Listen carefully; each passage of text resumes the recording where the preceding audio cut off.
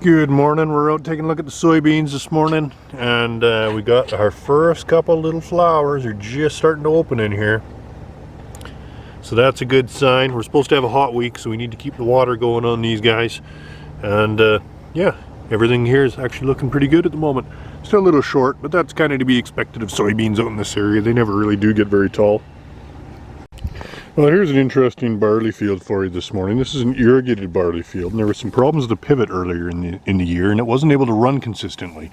So some of the barley was quite drought stressed early in the season, and the main heads are actually these short ones now that are filling, and now the tillers are tall, and lots of them are just barely finishing flowering. So kind of interesting staging in here now. Looks a little funny. Getting pretty bad and dry out in some of these pastures. We need some thunderstorms out here at the minimum, very urgently, if we want to keep anything growing on here. Here's some of the dryland barley today. As you can see, we're just barely squeaking by between thunderstorms, trying to keep things alive here. A lot of these heads never even made it out of the boot. But we are into the dough stage on some of these now. So they are managing to fill, which is nice. They're not the biggest heads, but the kernels seem plump enough at the moment here, so we'll have to see how this comes. At this rate, we're going to be combining by the end of July almost. Here's a good field to show the importance of doing Avedex once in a while. This is an irrigated wheat field that we're having trouble with wild oats. It was Liberty Link canola last year, and we had a heck of a time controlling the Group 1 resistant oats. We sprayed Simplicity in here this year, and you can see in some areas we still got pretty poor control. Overall, it's not bad, but we got these pockets here and there where we definitely have some resistance. So this is a field that's definitely going to need Avedex in the future. Here's a good weed for the week. I found a couple of narrow-leafed hawksbeards out in this irrigated wheat field here. So you can see the upper part kind of looks a little bit like a sow thistle, but you pull it up and you've got these long, thin leaves, so that's pretty indicative of this species of weed. And we got sow thistle looking basal leaves here. So these can be a pretty tough weed to kill within crop, and yeah, we're starting to see a little bit of them now that they're coming up above the crop. Dryland peas over by Nobleford, pretty much finished flowering now. Still a little bit here and there. Pods are starting to get fairly fat, so they're filling out. Most of them are down to 3-4 peas in a pod now, so yield won't be spectacular.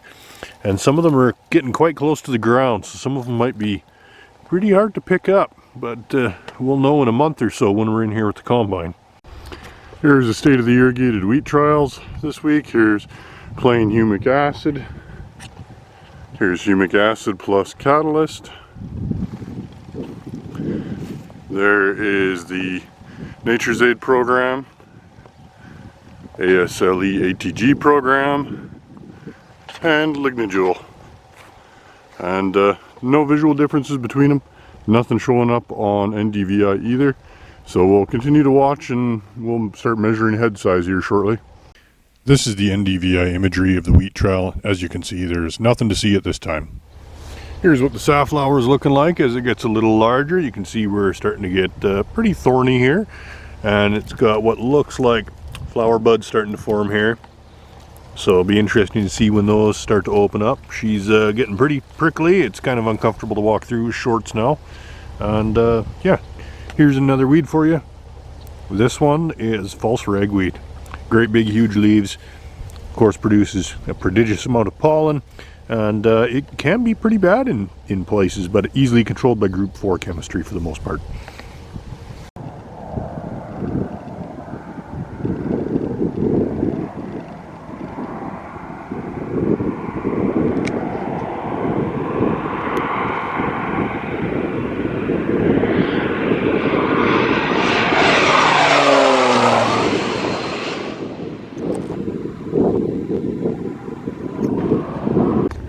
Here, got oats are coming up. These were just seeded into the rye silage stubble, and everything here is looking pretty good. We got very good germination, and everything is coming up nice and rapid here. We don't have too much for weeds in here anymore, so everything here is looking good.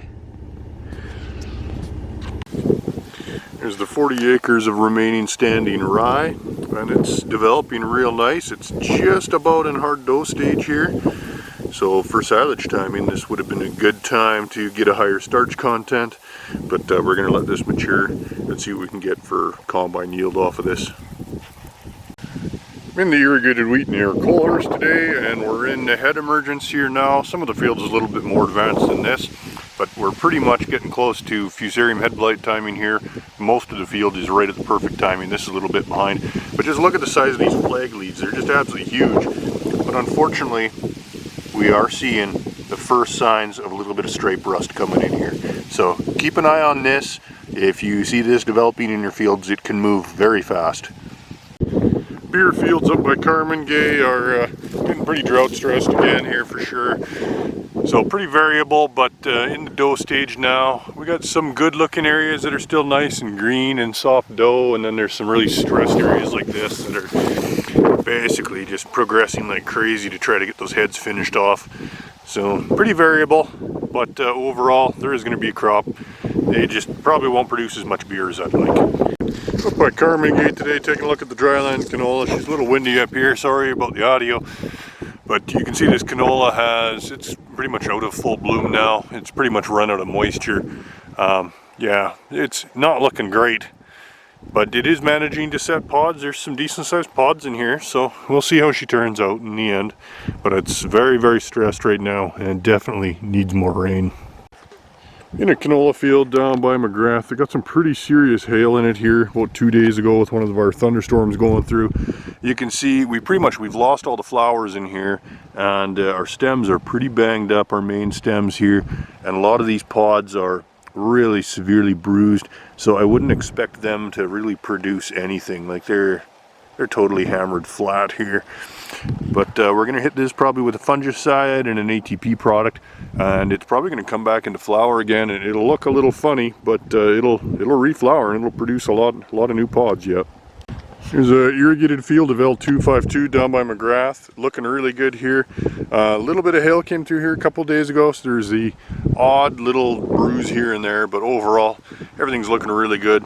Piles of pods getting set in here and still flowering okay.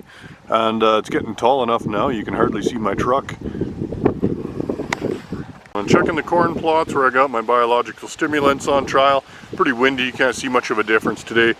The corn's recovering pretty well from its hail damage. You still see some shredded leaves and stuff, but overall fairly minor, and it doesn't seem to be slowing the corn down any. Here's some of the aftermath of last night's little twister up here to the east of Carmen Gay. We got some hay bales in places that they shouldn't belong that have blown across the road and through the fence out of this hayfield here. And there's a few twisted up grain bins and a bunch of bin lids missing.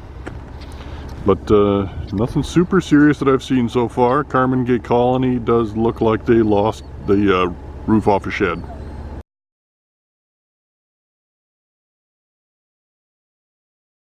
Thanks for watching, like and subscribe, and we'll see you next week.